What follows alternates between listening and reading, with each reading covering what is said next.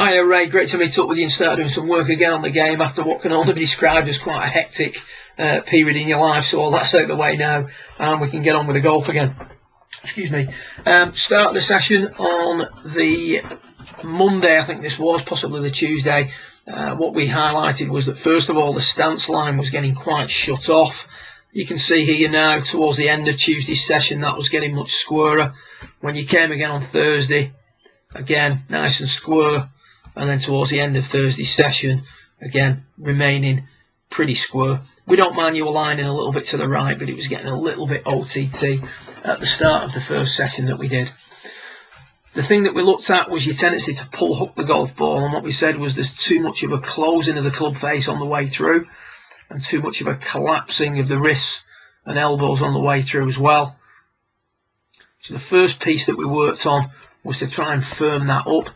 The drill that we gave you was to try and feel like the arms were like steel rods as you came through. So you can see they're much more stable hands and wrists through the golf ball, flat left wrist, maintaining that position on the way through. You know, we're going to swing about 4 degrees from the inside, maybe 5 degrees from the inside every time you swing it now. So anything sniffing a square club face is going to be a pull hook. We're going to make sure that that club face is coming in maybe 2 or 3 degrees open at impact. The path is going further right than that, which is why the ball draws back.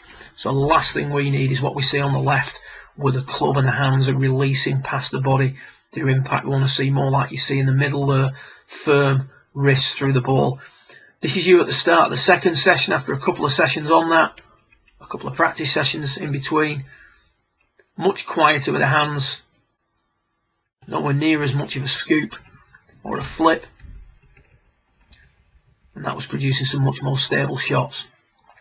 The next thing we looked at was your tendency to sort of flex forward there on the way through. So on the way through, not bad at that point, but then the body chases after it.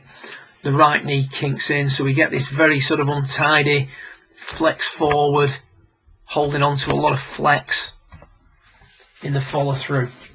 So what we did was we talked about it wasn't necessarily that the hips needed to move forward more, it was that the upper axis needed to maintain its stability, and you can see that's much more what we're looking for through the golf ball.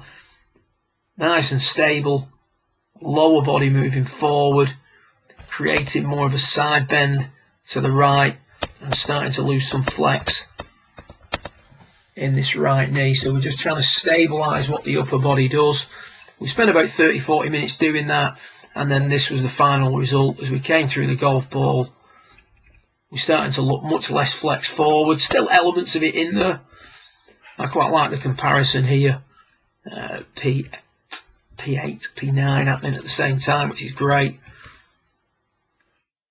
I think there's some nice comparisons to be made there. When the right arm is parallel from the start of your session to the end of your session, there's a completely different look to things, brought about by stabilising the upper axis. So in other words, not letting the head drift forward, keeping the wrist nice and firm through the hip, keeping the arms nice and straight. And we end up with a totally different look coming through the golf ball, looking like the hips have slid forward for longer, certainly less closure on the club face, a more stable club face, and a swing plane that's not shifted as far to the right because the alignment's more appropriate. Good luck, well done, and I look forward to working with you again further in the next couple of weeks.